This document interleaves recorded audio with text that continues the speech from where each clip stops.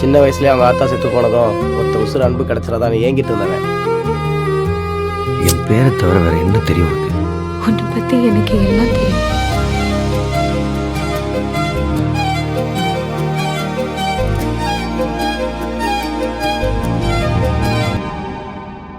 பூங்கொடி ஆசைப்பட்டா வேற ஆள் குடிய இங்க எடுத்தாளாடா? உனக்கு உங்க அப்பாவுக்கு ஏன்டா அப்படி புத்தி போகுது? நீ இப்ப இந்த பொண்ணை கல்யாணம் பண்ணதுனால என்னடா குடிமொழி போச்சு? நல்லா தானடா இருக்க. அத பூங்கொடி சொன்னதுக்கு உனக்கு தப்பா போச்சா? உன்னால தானடா என் பொண்ணு இப்படி கிடக்குறா. டேய், நீ தானடா தப்பு பண்ண. நீ பண்ண தப்புக்கு என் பொண்ணு தண்டனை அனுபவிக்கணுமா? அவளுக்கு ஏதாவது ஒண்ணு ஆச்சு, நான் உன்னை சும்மா விட மாட்டேன். சரியா போயிருமா? அதெல்லாம் ஒண்ணும் ஆகாதுமா. சரவணா, நீ கவலைப்படாத. எங்கப்பா போன?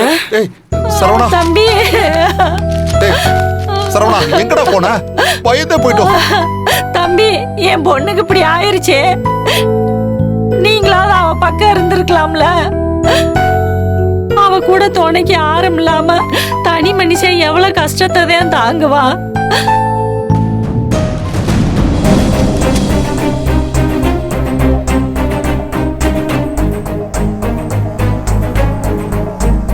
டேய், என்னடா இது? வெத்து பத்திரத்துல கையெழுத்து போடுற? டேய், என்னடா ஆச்சு உனக்கு?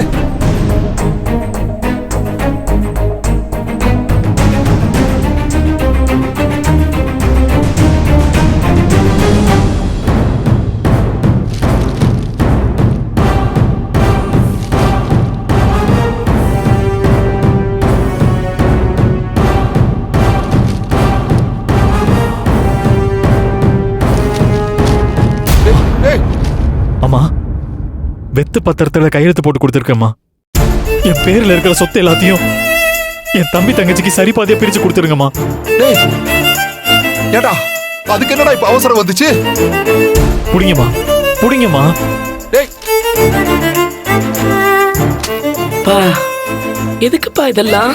அதுவும் வெத்து பத்திரத்துல சைன் போட்டு என்கிட்ட கொடுக்குற. இப்ப அப்படி என்ன நடந்துச்சு? அம்மா, நான் பூங்குடிக்குன்னு எதுவுமே செய்யலம்மா.